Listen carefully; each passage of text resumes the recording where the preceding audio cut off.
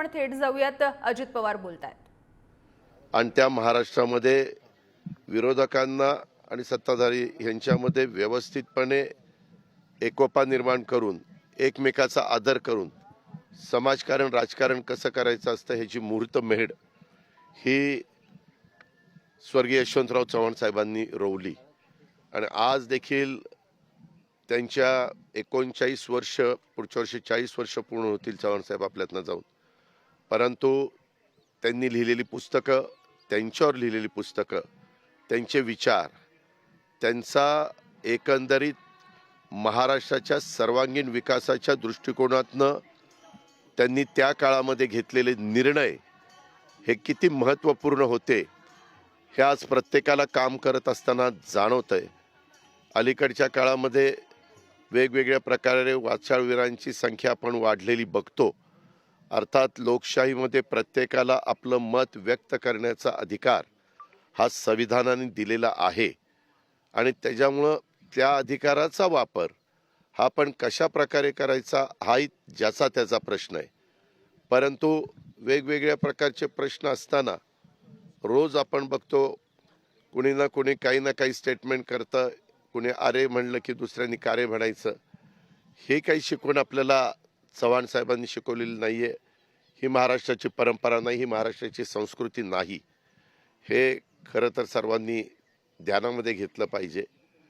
मी आज चव्हाण साहेबांना त्यांच्या स्मृतीला विनम्र अशा प्रकारचं अभिवादन करतो. कारण आत्ता वातावरण एकदम बदललेलं. मला पायलटचा निरोप आला की मला पुण्याला जायचं आहे, आपल्याला लवकर निघायला पाहिजे.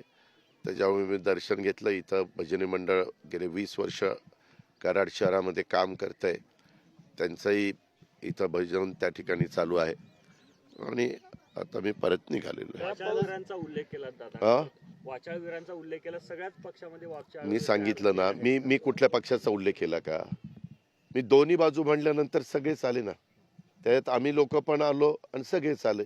मला कुणाला असं पर्टिक्युलर टोकायचं नाहीये. माझ्या सकट सगळ्यांनी त्याचं आत्मचिंतन आत्मपरीक्षण त्या ठिकाणी करावं. काय सल्ला द्याल? कारण दादा नाही, सल्ला काय, दूषित होते महाराष्ट्रातलं. जात एक आपल्या महाराष्ट्रामध्ये इतर अनेक प्रश्न आहेत. प्रत्येकाला आपल्या आपल्या समाजाच्या करता आरक्षण मागण्याचा अधिकार आहे. त्याहीबद्दल कुणाचं दुमत असण्याचं कारण नाही. ते देत असताना ते कायद्याच्या नियमाच्या चौकटीमध्ये टिकलं पाहिजे. पाठीमागच्या काळामध्ये देत असताना एकदा पृथ्वीराज बाबाच मुख्यमंत्री होते, त्यावेळेस आम्ही लोकांनी दिलं होतं. आम्ही त्या मंत्रिमंडळामध्ये होतो. परंतु दुर्दैवाने ते हायकोर्टात टिकलं नाही. पुन्हा देवेंद्र फडणवीस साहेबांचं सरकार आल्यावर त्यांनी प्रयत्न केला, त्यांनी दिलं, ते हायकोर्टात टिकलं, परंतु सुप्रीममध्ये टिकलं नाही. अशा पद्धतीनं ते घडलं. आणि मग त्याच्यातनं त्या घटकाला असं वाटतं, त्या समाजाला असं वाटतं की बाबा आम्हाला काही हे खेळवतायत का राज्यकर्ते, आणि त्याच्यातनं जे निर्णय घेतात त्यांच्याबद्दल पण गैरसमज निर्माण होतात. काही जण त्या संदर्भामध्ये देखील वक्तव्य केल्यानंतर नवीन पिढीच्या मनामध्ये वेगळ्या प्रकारचे भावना वाढीला लागते. मात्र प्रत्येकाला आज अनेक जण वेगवेगळे समाज पुढे आलेले आहेत आणि स्वतः राज्याचे प्रमुख या नात्याने एकनाथराव शिंदे साहेबांनी दसऱ्याच्या मेळाव्यामध्ये, त्यांच्या पक्षाचा मेळावा होता, तिथं युगपुर छत्रपती शिवाजी महाराजांच्या अर्धपुतळा होता, त्याची शपथ घेऊन त्यांनी सांगितलं मी देणारच. तशा पद्धतीचा प्रयत्न सरकारचा, स्वतः एकनाथराव शिंदे साहेबांचा चाललेला आहे. त्यांनी काही समित्या पण नेमलेल्या आहेत. मागास आयोगाला पण सांगितलेलं आहे. मागास आयोगाला मध्ये देखील ते सिद्ध करावं लागतं की कशा पद्धतीनं हा समाज मागासलेला आहे. इतर पण वेगवेगळ्या समाजाचे प्रश्न त्या ठिकाणी आहेत. धनगर समाजाची मागणी आहे. धनगर समाजाची मागणी पुढे येते त्यावेळेस आदिवासी समाजाच्या वेगळी त्याच्यामध्ये भूमिका आहे. ही मागणी येते त्यावेळेस ओबीसी समाजाची त्याच्यामध्ये वेगळी भूमिका आहे. शेवटी प्रत्येकाला आपली आपली भूमिका मांडण्याचा पूर्णपणे अधिकार आहे. फक्त तो अधिकार प्रत्येकजण वापरत असताना त्याच्यातनं कटुता होऊ नये, त्याच्यातून एकमेकाच्या बद्दल चीड निर्माण होऊ नये, एकमेकाच्या बद्दल गैरसमज निर्माण होऊ नये, ह्याबद्दलची काळजी ही सर्वांनीच घ्यावी अशी माझी आज चव्हाण साहेबांच्या पुण्यतिथीच्या निमित्तानं सगळ्यांना विनंती आहे. छगन भुजबळ सातत्यानं वेगळी त्या संदर्भात मी आता प्रत्येकाची नावं त्या ठिकाणी घेऊन कोट करून मी बोलताना पत्रकार मित्रांनो तुमचा मान ठेवला. मी सगळ्याच्या बाबतीमध्ये तुम्हाला त्याच्याबद्दलचं उत्तर दिलं. मी पर्टिक्युलर कोणाला डोळ्यासमोर ठेवून करत नाही.